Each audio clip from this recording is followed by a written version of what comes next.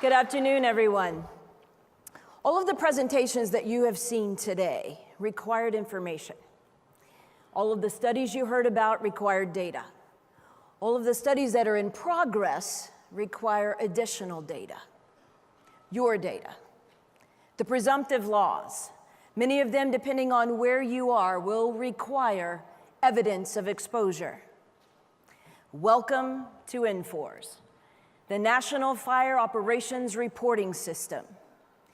INFORS is a collaboration of several partners. You can see the logos on the slide. Everyone from the IAFF to the IFC to UL, NIST, University of Miami, who you heard from this morning. We're funded by the AFG, Firefighter Prevention Safety Grants, and it is the same team that did the NIST studies. Many of you are familiar with the NIST residential and high-rise studies. The same research team is building INFORS. It's the same team that's building our parallel project, Fire Cares.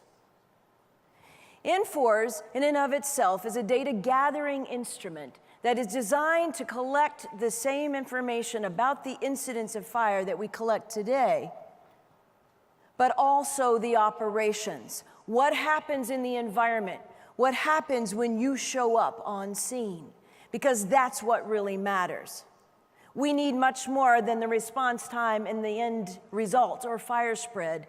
What did you do? What was your engagement? What were the operations? And what was the environment in which you were working, in which you were exposed? And so INFORS has 3 modules. The first 2 of these modules are operational now. We are ready for implementation in your department. The first being the CAD module. We call it the CAD module because it connects directly with your computer-aided dispatch system or your RMS system or a data warehouse. The CAD module collects operational information. It's available, as I said today, at no cost. We simply do an hour demo with your department administration, your IT folks, and we're able to connect and bring up a dashboard that is live and operational for you.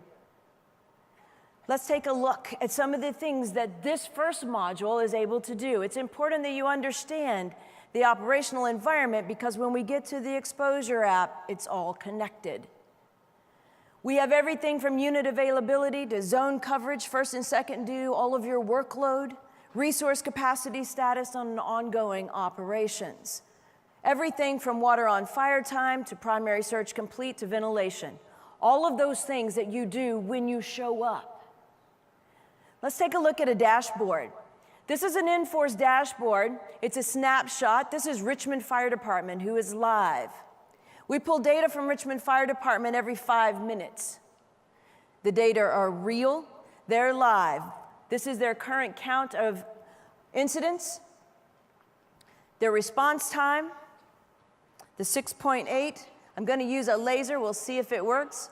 The 6.8 response time, their water on fire time, primary search complete time. These are operational indicators that are live in their dashboard. I'll show you a couple of other of what we call widgets in the INFORS applications. This has every unit. Let me back up, guys, sorry. This has every unit as they respond, what calls they make, the type of calls. This is all calls for the department, everything from EMS, obviously the larger one, to their structure fires and all other types of incidents. All of these are live. Anything you scroll across in the dashboard, if you were seeing it live, comes alive and gives you additional information. This is Hanover, Virginia. Their dashboard also live. You can see it looks a bit different because all of our dashboards are customized. The data that they collect, the data they want to see, live for all of their officers. On this one, I want you to see the heat map. On all of our dashboards, there's a heat map. It's live with the call volume, and the heavier, the darker circles, obviously higher call volume. You can scroll in and search this database for any types of call. One more widget I'll show you in the operational side is this one. You can see the double donut here. The inner ring, just to give you some insight, the inner ring are first response zones in Hanover. First response zones by station, the outer ring are responding units. One of the things this particular widget does for us is in this, if you look in this particular ring, you can see the first 3 units. If we were live, I could show you that those first 3 bars are the units deployed from that station. Everything else, and my laser just stopped on me, everything else in that circle is another unit, second, third, fourth due. So over 50% of their calls are coming from somewhere else, which equates to longer response times, which equates to escalated risk upon arrival, which equates to higher risk for you on the fire ground. You see, these are insights we get from operational data that describe the environment in which you respond. Let's move on now to the exposure module. You see, because what we just saw in operations doesn't tell us the entire story. It gives us better insight about the operation, but it doesn't tell us about your exposure. So how are we going to get that data? That data is going to come from the exposure app. You see, we have a second module. It is ready to go. As you heard, both Jeff Burgess, Kenny Fent this morning mentioned the Infor's exposure app. That's the data gathering tool they're using for their studies.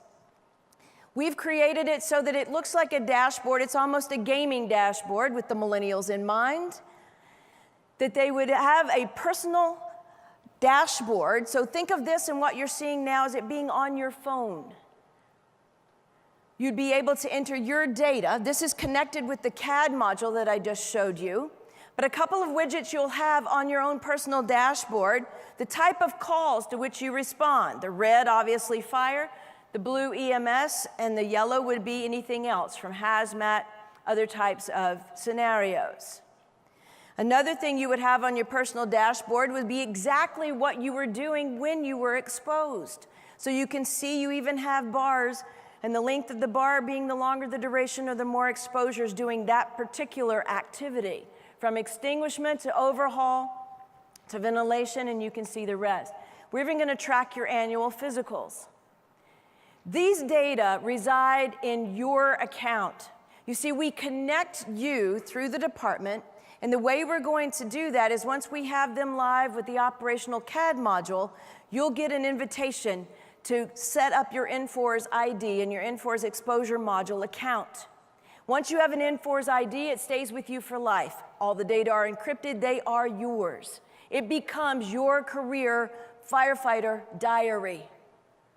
And God forbid that you have any cancers in the future, you have your evidence of your exposures. This is key. I want to show you a couple of the things that take place in the module. This is the incident tab that you would have on your phone. It records every incident you go on in your career. This is because we link live through Telestaff or another staffing module from the CAD. We would be able to pre-populate your incidents in your account, so that when you pull up your incidents, they would all be there. You could merely select the one that you want to record an exposure. You pick that one, the unit you were writing, and then it moves you to the exposure page. It will pull up that call in a map, make sure it's the one you want to record the exposure, and you simply click on Add Exposure. Then it's going to take you to a series of questions. Now, these are going to be very familiar to you because you've heard them in other presentations this morning. In fact, everything from what was burning, what materials were there, what was the situation you found on scene, what was the time and duration of the activity that you were doing on scene, were you on air? What was the status of your gear? Was it clean going in? Did you have soot? Was there dermal exposure? Does all of this sound familiar to you? All of our speakers today, in fact, participated in creating the questions for this exposure application. So it continues on asking all of these questions. Did you wash your hands? Did you shower? Did you change your hood? Did you change your gloves? All of the relevant information that you've heard all day today. All of these questions are in the app. So you complete your app, you hit save, and it's going to record in your exposure list. You see two lists. There's an incident list, so you have every incident that you've responded to in your career, and you have the exposures from those incidents. Once you've saved it, it will update then your dashboard so that it records. And you'll note that there are more incidents, obviously, than exposures. Some departments have asked, well, what if we want to record every incident every time they roll out because of diesel exhaust? You can certainly do that. So there are customizations that can take place with the application once it's been implemented. I want to tell you about one other feature, because a lot of our subject matter experts were saying if we're going to be recording physical exposures, don't you think we should record behavioral exposures as well? You see, just as vital as fighting cancer is fighting our suicides. And so we agreed. And so we've developed a behavioral health module in the exposure app as well. And so you can see on the same screen, you bring up the call just like you did on the app earlier. Instead of selecting exposure, you select critical incident. It's going to take you to a page to answer some other questions. These questions were prepared by the IAFF Behavioral Health Center of Excellence. And so you'll describe the event, and it'll ask you some other questions, and record those critical incidents that you can't get out of your head. At least you have somewhere to begin to put them besides in your head. And so we hang on to those for you as well. Your behavioral health incidents would be in a separate tab from your other exposures. So with this, remember that the exposure tracker is available at no cost. You can set up a demo for your department. This is the device that is being used, the tool being used for all the major cancer studies. We've worked with University of Miami, so even if you're using their app, we're all collecting the same questions, the same data. And of course, N4s will be available if the cancer registry bill is passed for any kind of adaptation. We're going to be very dynamic to stay with you to prepare what you need. So when you're ready, and I challenge you now to go to nforce.org, click on the more information or the contact us, info, send us an email, say I'm ready for the demo, we want to be connected. I challenge you to go home to your departments and do that. Let's get you connected. Let's get your exposures tracked so that you have the evidence you need.